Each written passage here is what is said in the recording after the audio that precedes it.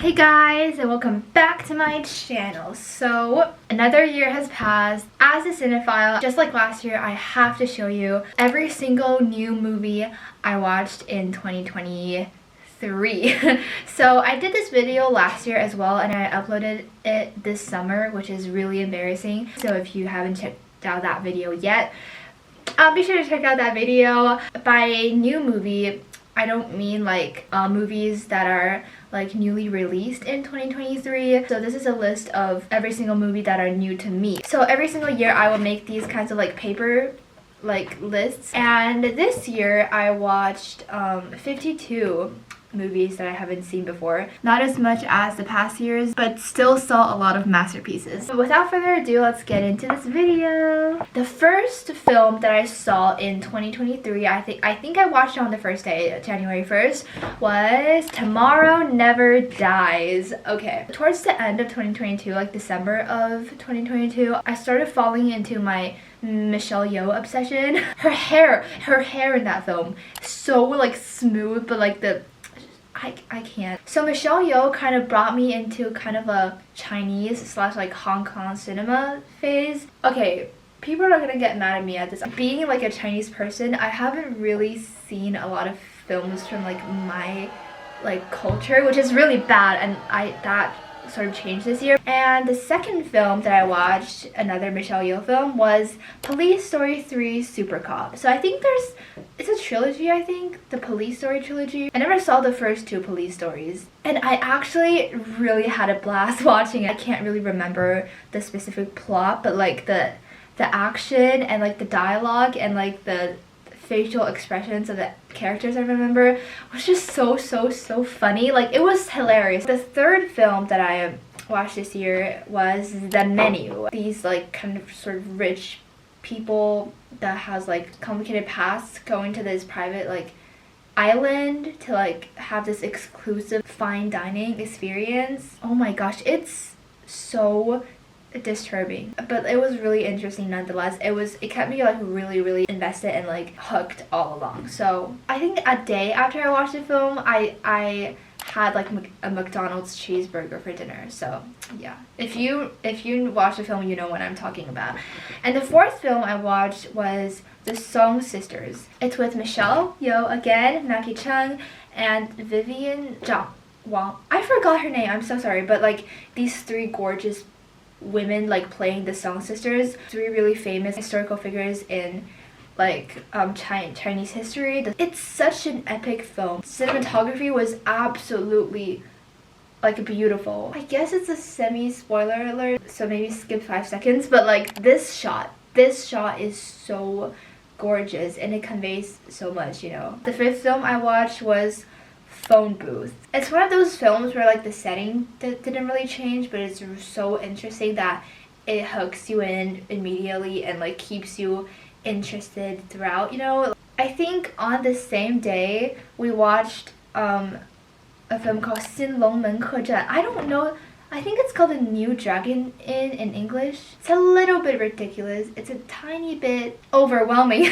And then continuing on like the whole like Chinese like style or like Hong Kong like cinema binge, I watched The Grandmaster. I feel like Wong Kar-wai, he always makes these sort of like really atmospheric and like just visually stunning films. It also has like such like beautifully choreographed like action sequences. It's so delicate, and yeah, it really showed like the art of martial arts, I feel like. And then the eighth film was The Heroic Trio with like the three queens. Basically 3 heroines, they save the day. Just watch it for the coolness. It stars Michelle Yeoh, Maggie Cheung, and Anita Mui.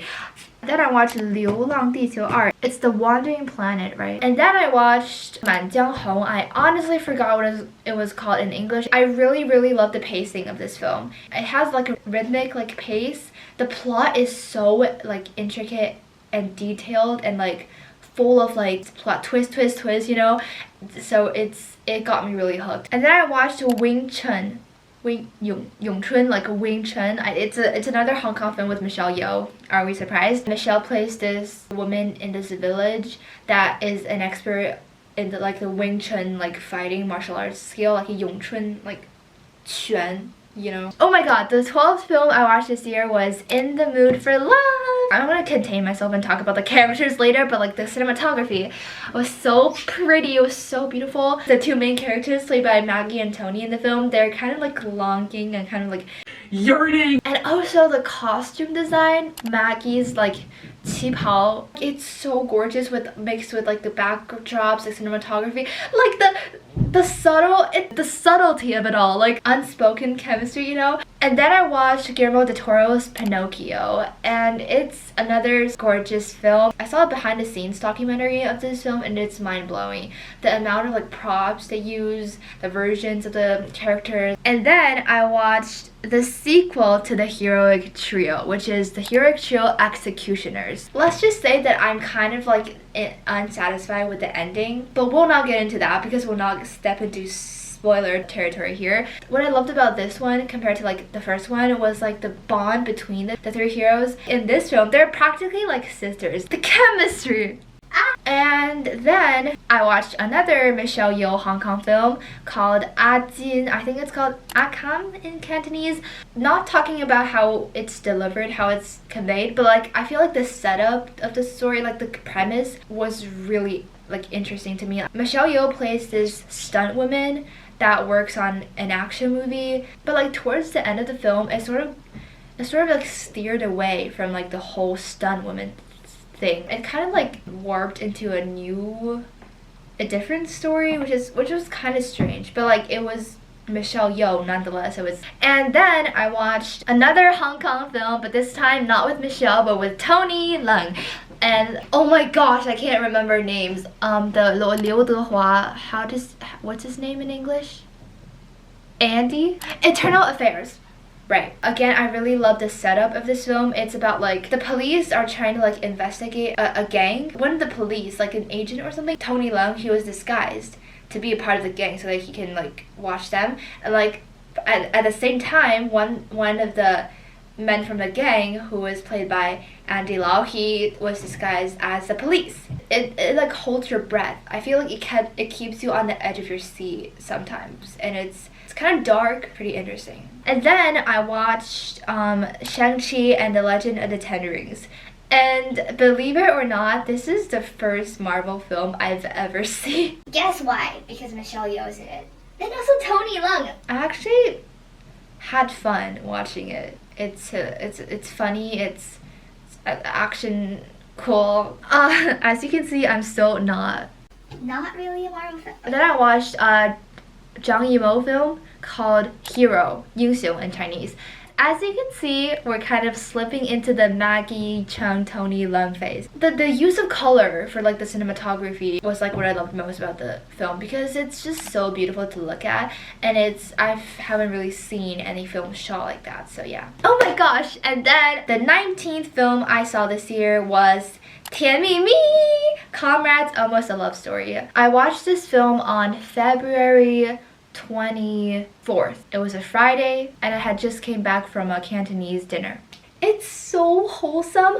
I love wholesome films. It's about like this guy played by like Leon Lai who moved to Hong Kong to like start a new life, I think, and then there he meets Maggie's character and they slowly like bond. And it's called like 甜蜜蜜 in Chinese, which would translate literally to so sweet, like sweet, and that's what it literally is. But like I feel like the English translation was really interesting as well. Comrades, Almost a Love Story, that's also kind of what it is. It's heartbreaking, but also heartwarming. Like, I love films like that. Gives you a traumatic plotline, and then it sort of makes it up to you by giving you heartwarming stuff. It's just brilliant. It deals a lot with human connection, the connection between people coming from different places, connection between like people that seemingly wouldn't connect. Like, not giving the specific like plot point away. I love stories that go full circle. When the ending echoes the beginning,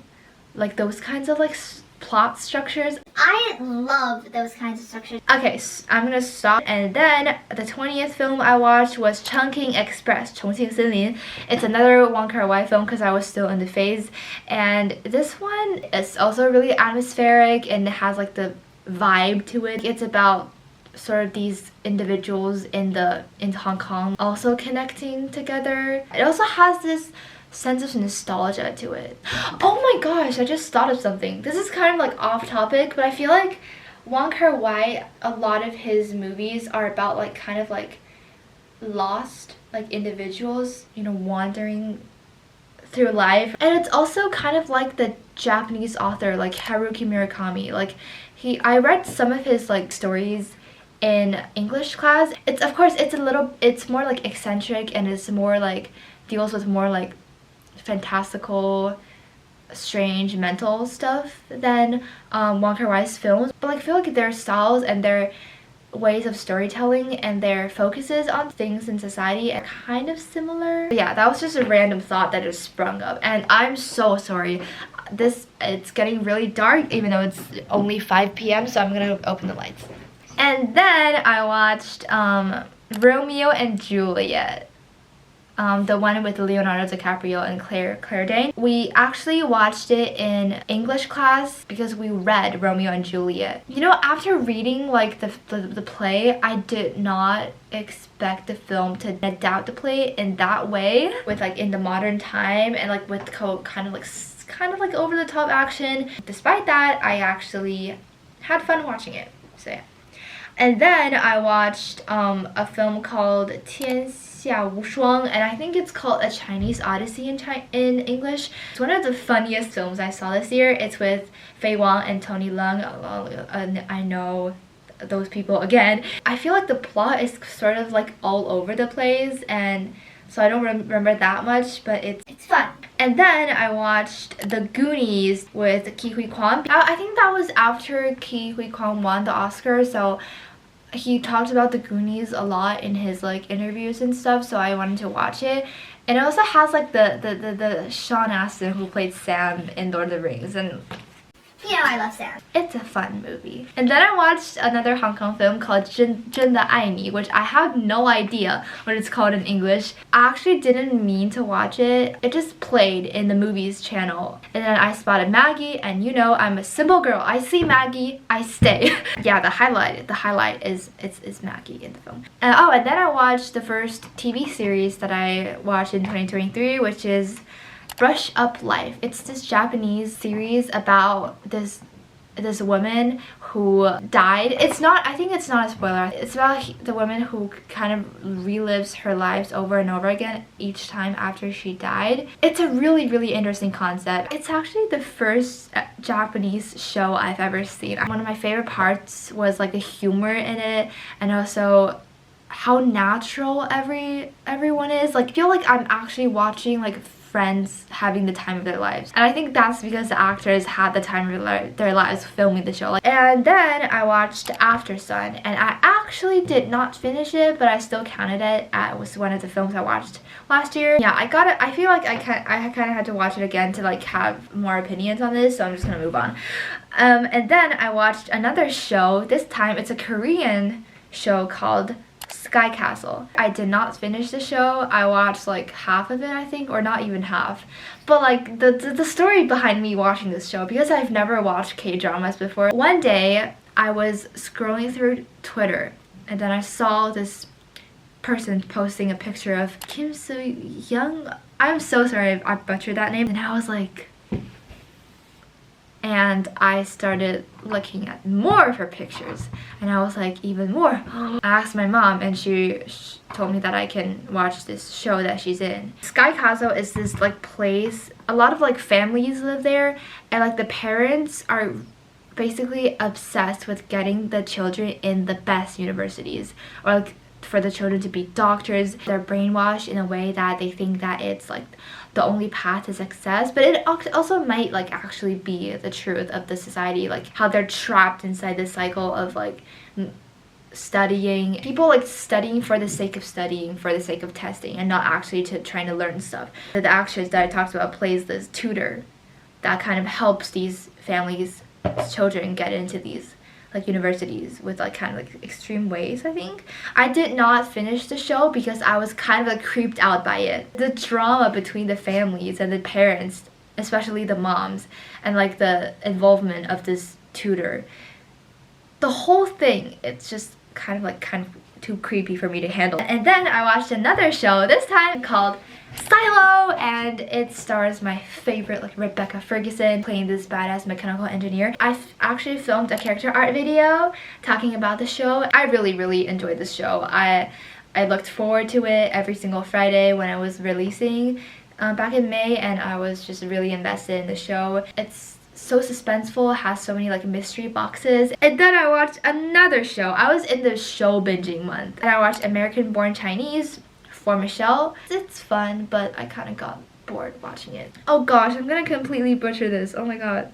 The 30th movie I watched is I think it's a French animated movie called Tout et How du Monde.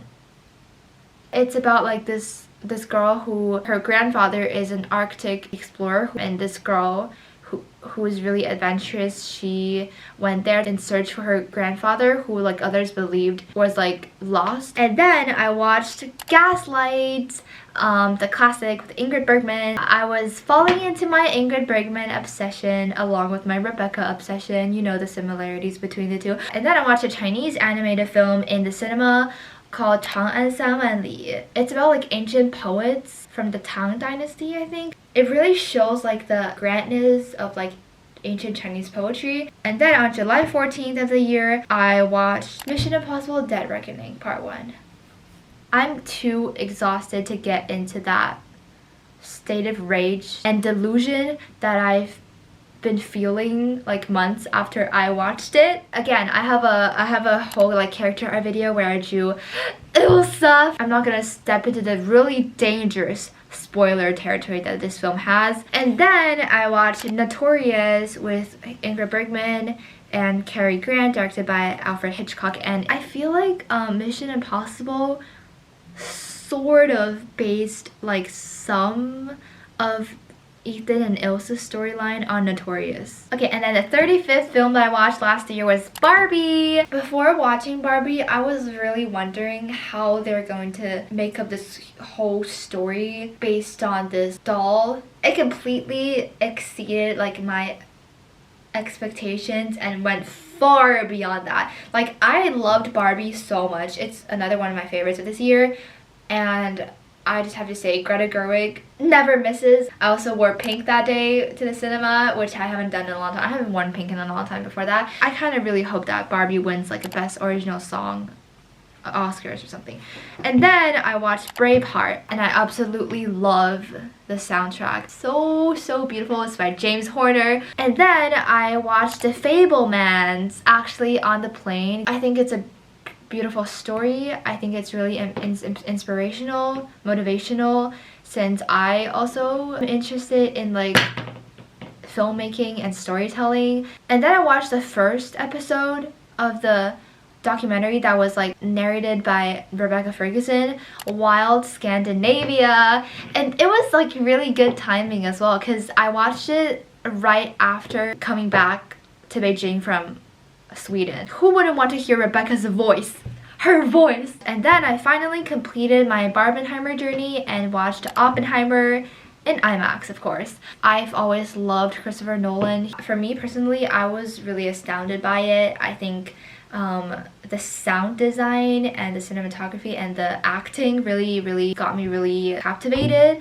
It's also the most like intense and overwhelming Nolan movie I've ever seen. I did not know that much about the history, so I did not understand that much of it, because it also has to deal with like politics and like science, physics, which I'm obviously not an expert on, so I was kind of lost through some parts of the film, but it also captivated me nonetheless. I think the people in the cinema, they clapped after the movie. And then I watched another one of the 2023 like best movies, Past Lives, directed by Celine Song. I heard a lot of good things about it, so I decided to watch it because I you know, I'm kind of a hopeless romantic. I've never seen a love story presented this way with like almost like no drama. And then I watched a documentary, Free Solo. First of all, I like to rock climb as well. To see it being taken to like a new height and to see this kind of like extreme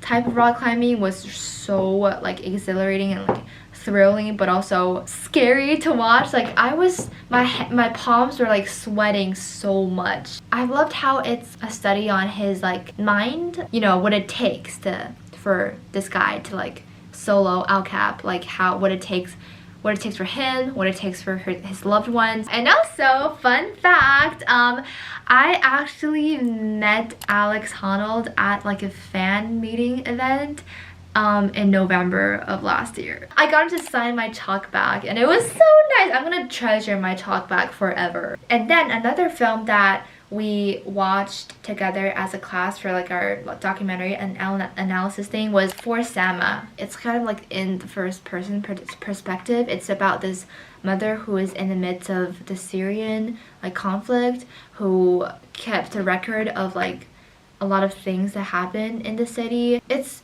really raw. It doesn't sugarcoat like anything. At the same time, it also has like some glimmers of hope sprinkled within, moving moments of like humanity being like caring and considering for each other. And then I watched To Kill a Mockingbird, the adaptation of one of my favorite books of all time. And then I watched Dead Poet Society. Mr. Keating, the teacher that played by Robin Williams, he's like the ultimate dream like teacher. I fully enjoyed the first like two-thirds of the film.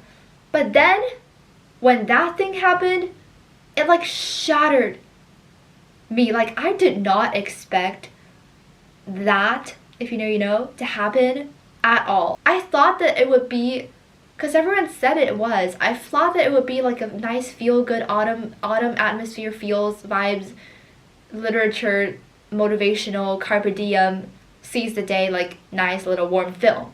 But then that happened and that like changed everything. But yeah, I'm still kind of bitter about it, but yeah. Why would this film warm your heart and then break your heart all of a sudden? I feel like after watching Titanic last year, my motto for the year was to make it count. And then I feel like for this year, it's gonna be Carpe Diem. And then I watched Stepmom with Susan Sarandon and Julia Roberts. I was introduced to it as like a fall vibes atmosphere film. I did not expect it to be so touching and like heartbreaking. I loved how the relationship between the stepmom, Julia Roberts, and the kids like shifted, and also like motherly love between Susan Sarandon's character and like her children, and yeah. And then I watched Before Sunrise. I'm surprised I've never seen this before. It's of course from the Before trilogy, iconic. I've heard so many people talk about it, but I've never tried to watch it myself, so I finally watched it. I haven't seen the sequels yet, so I'm planning to see it this year. I think it's kind of like past lives. The dynamic between the two main characters, how it's like portrayed really naturally and like really real. The whole atmosphere is so romantic in the film, with like them being like so roaming in Vienna. And then I watched Wes Anderson's new short film, The Wonderful Story of Henry Sugar. One thing I want to say about this is I am so in awe and I appreciate the actor's talent of like memorizing the sheer amount of dialogue in the film so much. Like the choreography, like how it's staged, the film. It's kind of like a play. As you can see, guys, between the 47th and the 48th film, we have a little Lord of the Rings interlude over here, as shown with the bow and arrow. That's because it was towards the end of November, and that was when I wandered back to Middle Earth. During that time, I haven't seen the Lord of the Rings films in a long time. And if you didn't know, I'm a huge like Tolkien fan, Lord of the Rings fan. Middle Earth is basically my second home. I just watched it randomly without expecting that I would fall into the obsession again. Before rewatching Lord of the Rings, I spent most, if not all, of 2023 watching new films. Like I was diving into new obsessions, new stuff, and I wasn't really revisiting like my old like comfort movies or like old favorites. It felt so nice to like revisit my favorite movie franchises, and I think part of the reason why I wanted to revisit it was because like towards the end of November we were like approaching a lot of like important exams and like stressful assignments. I feel like that is also kind of a form of escapism for me. At the end of the day, I'm just really thankful that stories like Lord of the Rings exist. Oh, and another thing, oh my god, this is completely unnecessary to talk about, but I'm just gonna talk about it. I had my first Lord of the Rings phase back in 2020 when I was 12. During that time, little innocent me, I was obsessed with Legolas. When I revisited Lord of the Rings this time, I started like really liking Aragorn, son of Arathorn. Basically, I think I've matured. After that, what shores are calling? And I decided to go to the sea. And I rewatched the Pirates of the Caribbean trilogy. Okay? Trilogy. I appreciate the 4th and 5th film, but to me, Pirates of the Caribbean is a trilogy. Because Pirates of the Caribbean is another film series that I really loved back in 2020. 12-year-old me discovered a lot of film series, and that Pirates of the Caribbean was one of them. So I decided to go revisit that as well, because even though I'm now obsessed with Aragorn too, I was still kind of like charmed by Legolas again. So I decided to watch like, you know, Will Turner and stuff, and that was a really nice experience as well. 对，小黎在接镜头里的，你看，赶紧给我们点赞啊。Okay, good. Yeah, like, subscribe, okay. So the 48th film I watched this year was Naiad, and it actually is also one of my favorites of this year. I feel like the filmmakers, they're really interested in these kinds of like extreme human extremes throughout the years, like, you know, Free Solo, the extreme of rock climbing, Naiad, like the extreme of swimming, long distance swimming. Like, even though I knew that Naiad like ultimately made it, that she ultimately like succeeded with the swim, just like how Alex Honnold ultimately succeeded with his El Cap solo, the filmmakers were still like capable of creating so much tension. And then the 49th film of the year, I went to the cinema with like my friend and we watched Wonka together. I didn't really expect that much going into Wonka, because like I was kind of like even scared that it would turn into those kinds of like remakes that are like just, you know, just remakes. But like has kind of like exceeded like my expectations. Like, it's such a fun movie. I think my favorite song is probably For a Moment, with like Wonka and Noodle singing together. That was so heartwarming. Like, aw, like, you know. I love the relationship between Wonka and Noodle. It's so sweet. And of course, we have to talk about Hugh Grant's Oompa Loompa. Too late, I've started dancing. And once we started, we can't stop. Definitely a highlight, and yeah, I enjoyed it overall. And after the film, my friend and I, we shared a chocolate together, which is really nice. She was so genius. She actually brought chocolates. I don't know why I didn't think of that. But of course, after you watch a movie about Wonka, you're gonna want chocolate, so yeah. And then on Christmas Eve of last year, I finally watched Love Actually. Can you believe I've never seen Love Actually? Well, actually you can, because it's rated R and technically I can't watch it. But I think my favorite storyline is the one with Daniel, Sam, and Joanna. That storyline, because it's just so sweet. Like the whole stepfather and son like relationship dynamic, it's just so cute. Daniel was so supportive of him and not like treating it as lesser of an issue just because he's like a kid, and also how he was like, oh, we need Kate, we need Leo, we need them right now. It was after I finished the film, I think, when I realized that Davy Jones and Elizabeth Swann was in this movie together. And then the second to last movie I saw this year, the 51st, was Elizabethtown. Okay, long story short again, I've always wanted to watch a movie secretly without my parents knowing. The whole like feeling of like sneaking a movie secretly and like that kind of giddy feeling was something I wanted to experience. I kind of did that with Elizabethtown. I didn't exactly sneak it. Like that evening I told my parents that I want to watch like a movie by myself, but I didn't specify like which movie I was gonna watch. So I watched that and then I finished it like by myself again when I was home alone a day later. Not that anyone cares, but yeah. But the problem with me sneaking movies, a major problem, is that after I see a movie that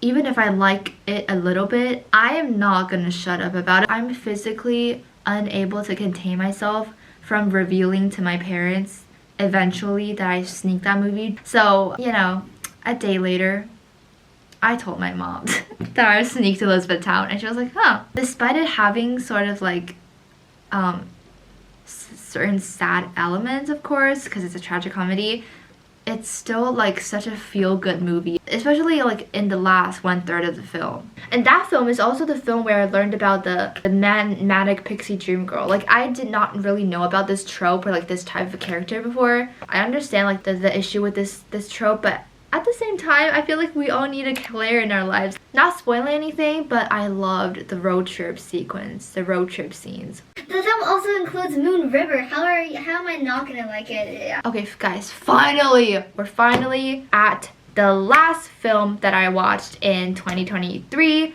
which was Bridget Jones' Diary, the 52nd film. To be honest, I actually did not finish it. I watched like 1/3, but I just thought that the number 52 looked better than 51, so I just decided to put it in the list because I feel like I'm probably gonna finish it this year. A nice, sweet little, funny, interesting film to finish off 2023.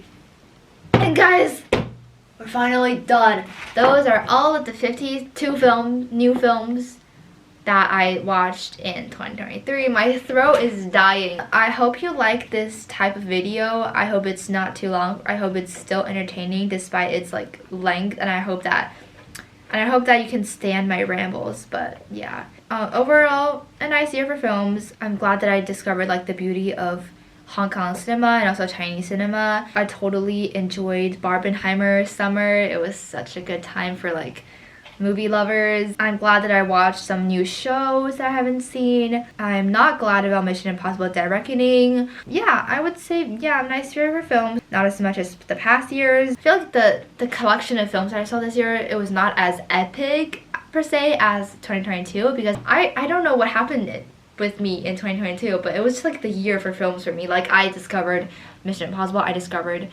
Titanic, Kate Winslet stuff, but like this year still saw a lot of masterpieces that became my favorites. And yeah, if you like this video, give it a like because my throat is literally dying, and consider subscribing because I'll be posting a lot more like content about film, although slowly but surely. And yeah, I'll see you hopefully soon. Bye!